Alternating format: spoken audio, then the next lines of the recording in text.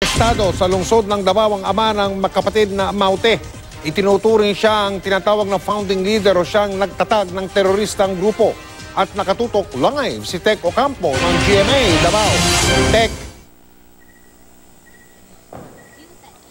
Yes, Mike, sa checkpoint ng Task Force Davao, nahuli nga itong kinikilalang founding leader ng Maute Group na si Engineer Kayamura Makaraya Maute. Sa isang press conference, ipresenta si Engineer Maute, ang ama ng magkapatid na Maute Brothers na nasa likod umano ng paglusob sa Marawi City nitong nakaraang 2 linggo.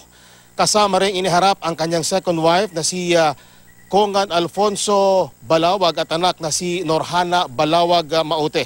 Hindi pinagsalita si Engineer Maute. Ayon sa Task Force Davao, sakay ng isang van ang pamilyang Maute nang harangin sa checkpoint pasado 7 kanina umaga.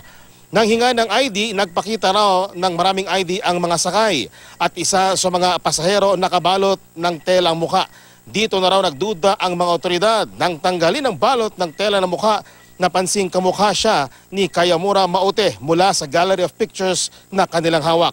Ayon sa Davao City Police Office, inamin daw ni Engineer Maute na isa nga siya sa mga leader ng Maute Group at anak niya sina Abdullah Romato Maute at Omar Kaya Maute ang tinaguriang Maute Brothers.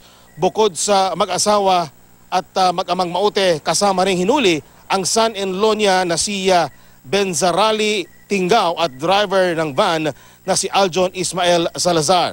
Bago ang press con, nakausap ng GMA News ang driver, hindi raw niya kilala ang sakay o ang mga nakasakay sa kanya.